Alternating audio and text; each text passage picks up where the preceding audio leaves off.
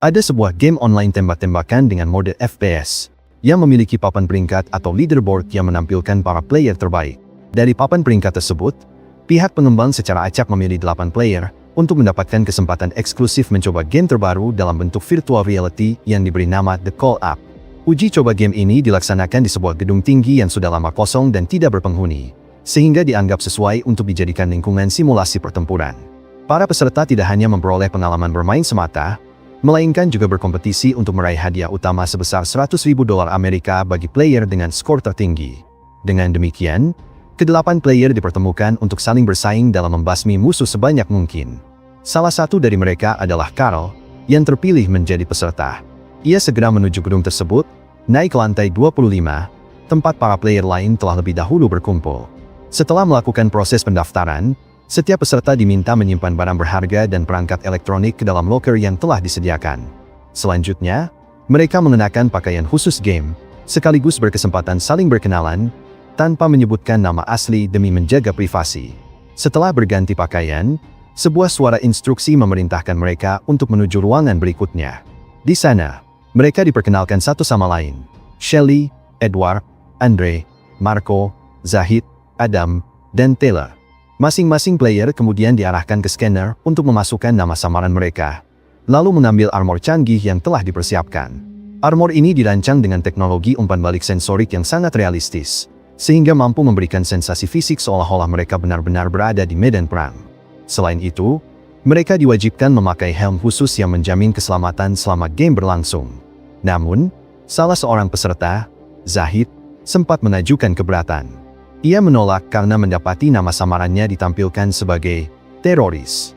Menurutnya, nama tersebut seharusnya ironik, bukan teroris, sehingga ia merasa tersinggung. Zahid berniat mundur, tetapi pintu keluar tidak dapat dibuka. Dengan demikian, ia terpaksa tetap mengikuti game. Begitu semua peserta menurunkan visor helm mereka, lingkungan di sekitar seketika berubah menjadi dunia simulasi militer.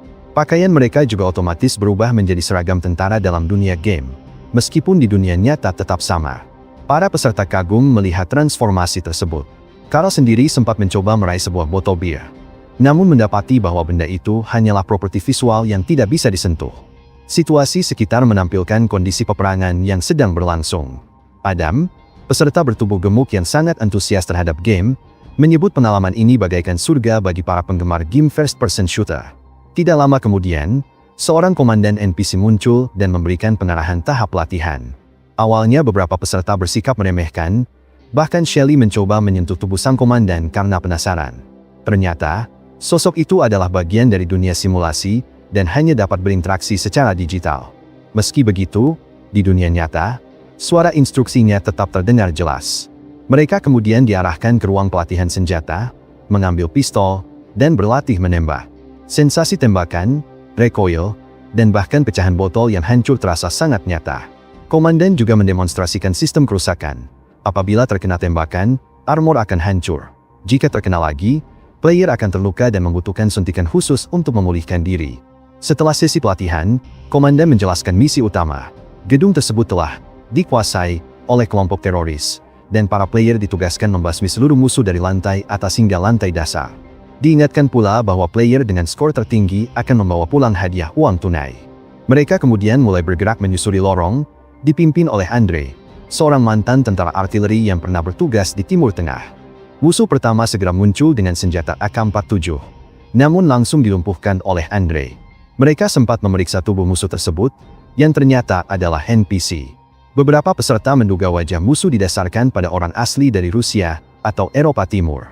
Sistem game menampilkan papan skor sementara dengan Andre sebagai player teratas. Tak lama, muncul instruksi otomatis yang mengaktifkan ancaman tegangan tinggi hingga mereka menyelesaikan level tersebut. Dalam pertempuran berikutnya, mereka menemukan kotak berisi senapan M4, meskipun jumlahnya terbatas sehingga tidak semua memperoleh senjata. Para player semakin terkesan karena efek luka yang dihasilkan terlihat realistis hingga menyerupai gore. Mereka kemudian memutuskan untuk berpencar demi mengumpulkan poin lebih banyak. Namun, Adam yang belum berhasil membunuh satu musuh pun, sempat meminta game dijeda. Tentu saja tidak memungkinkan. Saat seorang musuh menembaknya, Andre menyelamatkan Adam, tetapi harus kehilangan armornya. Situasi semakin berbahaya, membuat Taylor panik. Ia mengaku sebenarnya hanya menggantikan temannya yang seharusnya hadir. Ketika seorang musuh mendekat, Carl berhasil menembaknya tepat di kepala. Namun, musuh lain yang bersembunyi menembak Carl hingga ia terluka parah. Carl berusaha menyerah, tetapi NPC tidak menghiraukannya dan tetap menembak. Setelah ia melepas visor, tidak ada luka yang terlihat di dunia nyata. Namun Carl merasakan kejanggalan. Andre segera datang dan menyuntikkan obat pemulih. Seketika, luka dan darah Carl lenyap total. Dari pengalaman itu, Carl mulai menyadari bahwa game ini bukanlah sekadar virtual reality biasa, melainkan berpotensi membahayakan nyawa. Ia menegaskan bahwa serangan kejut yang dialaminya benar-benar nyata dan berasal dari armor. Hal ini menimbulkan kecurigaan, terutama dari Zahid yang menuduh Andre sebagai orang dalam perusahaan, dengan dugaan bahwa game ini sebenarnya adalah uji coba militer rahasia. Tuduhan tersebut membuat Andre tersinggung hingga memilih meninggalkan kelompok. Sementara itu, karena mereka terlalu lama berada di level tersebut, musuh-musuh NPC hidup kembali. Carl berusaha kabur lewat lift, namun tidak berhasil karena sistem game masih berjalan. Andre yang sedang sendiri tiba-tiba ditembak dari belakang saat menutup visor helmnya. Suara tembakan terdengar oleh peserta lain, menimbulkan kepanikan. Dalam kekacauan itu, Adam melempar granat ke arah musuh. Ledakan tersebut berhasil menjatuhkan banyak lawan sekaligus, membuat dirinya menduduki posisi puncak papan skor sementara. Ketika para peserta sedang melanjutkan misi, terdengar suara Andre meminta pertolongan dari kejauhan. Kondisinya semakin kritis karena pendarahan, sementara indikator dari helmnya tiba-tiba menampilkan tanda peringatan disertai suara aneh. Tidak lama kemudian tubuh Andre mengalami kejang-kejang hebat, hingga akhirnya dia pun habis. Beberapa saat kemudian, rekan-rekannya datang, namun sudah terlambat untuk menyelamatkan dirinya. Mereka terkejut menyadari bahwa game ini benar-benar dapat menyebabkan kematian di dunia nyata. Saat melihat darah yang menetes dari helm Andre, mereka menduga bahwa alat tersebutlah penyebab kematiannya. Kepanikan melanda Zahid, yang berusaha melepaskan helmnya. Ia bahkan meminta Carl untuk menghancurkan helm itu dengan tabung pemadam kebakaran.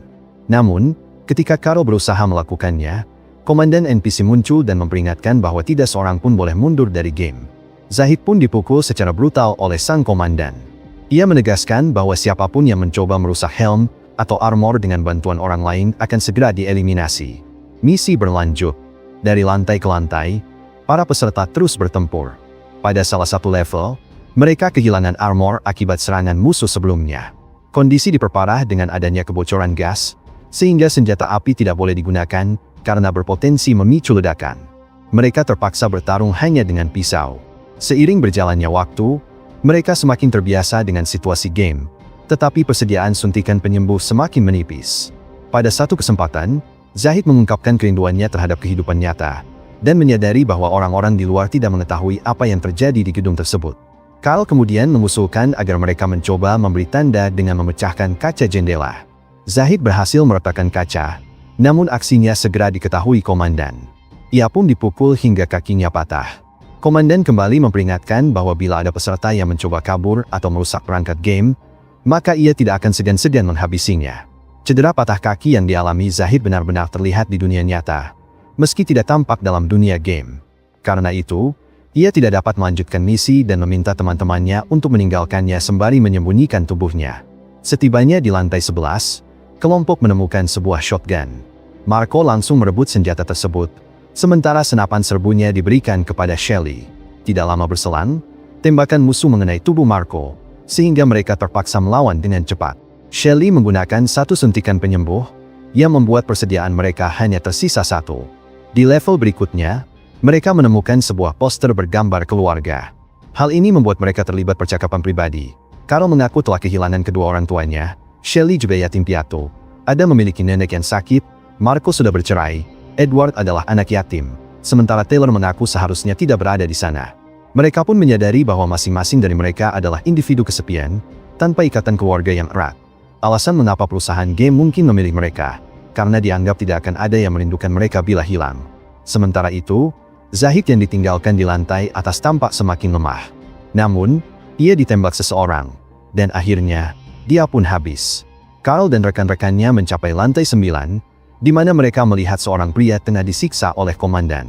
Pria itu mengungkapkan bahwa bom telah dipasang di pondasi gedung. Bila meledak, bangunan akan runtuh dan mengubur mereka hidup-hidup. Untuk menonaktifkannya, mereka harus memperoleh kode dari seorang tahanan lain dengan cara menyiksanya. Setelah ditekan, pria tersebut akhirnya menyebutkan kode. Adam segera memasukkannya ke panel kontrol. Namun ternyata mereka ditipu. Alih-alih menonaktifkan, kode tersebut justru mengaktifkan bom dengan hitungan mundur 30 menit.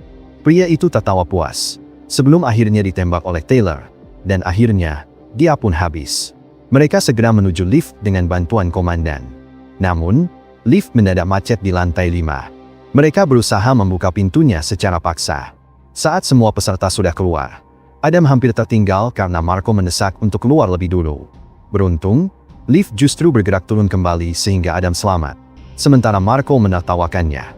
Setibanya di lantai 3, mereka kembali menghadapi musuh. Marco menggunakan shotgun, namun pelurunya cepat habis. Ia mulai memaksa Adam maju lebih dahulu, memanfaatkannya sebagai perisai hidup. Di lorong berikutnya, Marco mendorong Adam ke depan menghadapi musuh sendirian, sementara ia sendiri melarikan diri.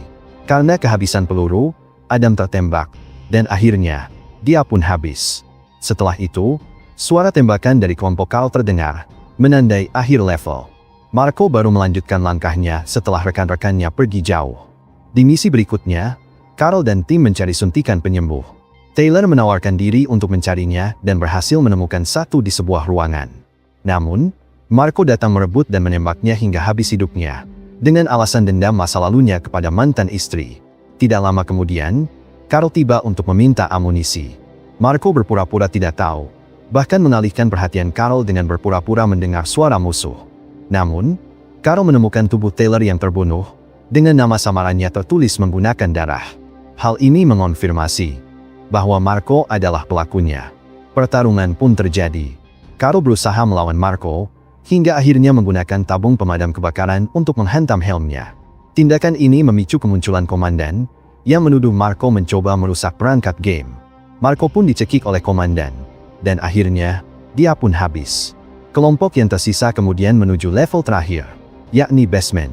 Di sana tersedia rocket launcher, granat, dan amunisi.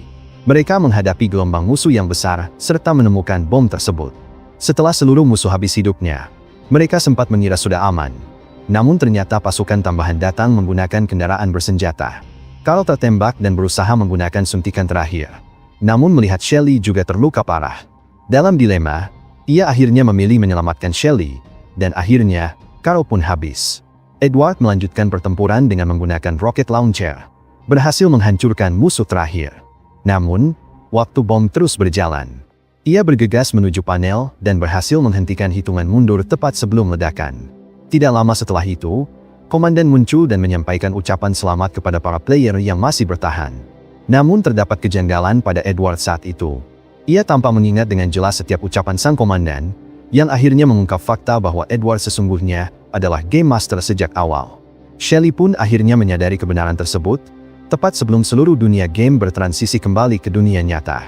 Tidak lama kemudian, para bawahan Game Master datang menghampiri Shelley. Ia lalu dibuat tidak sadarkan diri dengan suntikan bius. Pada saat bersamaan, pihak perusahaan game segera menghapus seluruh data terkait para player, mematikan server yang ada, serta melakukan shutdown dari pusat. Tampak pula tumpukan jenazah para korban yang akan segera dipindahkan guna menghilangkan seluruh bukti, sementara Game Master bersiap untuk meninggalkan lokasi. Beberapa waktu kemudian, Shelley tersadar dari pingsannya. Ia kemudian diberikan hadiah berupa uang sebesar $100.000. Namun, Shelley menilai bahwa Game Master telah kehilangan akal sehat karena menjadikan nyawa manusia sebagai taruhan dalam gamenya. Shelley juga meyakini bahwa cepat atau lambat pihak kepolisian akan menangkapnya. Akan tetapi, Game Master menanggapi dengan penuh keyakinan bahwa kisah Shelley akan terdengar tidak masuk akal bagi orang lain, seolah-olah peristiwa tersebut tidak pernah terjadi. Ketika waktunya tiba untuk menyuntik Shelley kembali dengan obat bius, ia dengan sigap membalikan keadaan dengan menyuntikkan jarum tersebut ke kaki penjaga. Setelah penjaga itu tidak sadarkan diri, Shelley mengambil pistol genggam miliknya dan menciptakan situasi penuh kekacauan. Game Master pun segera memerintahkan bawahannya untuk mencari Shelley, namun terdengar rentetan suara tembakan, hingga akhirnya tampak bahwa Shelley berhasil menghabisi para bawahan tersebut. Game Master kemudian mencoba bernegosiasi dengan Shelley dengan iming-iming uang, yang sempat membuatnya ragu untuk menembak. Namun, setelah menyatakan bahwa tragedi game semacam ini tidak boleh terjadi lagi, Shelly akhirnya mengambil keputusan tegas.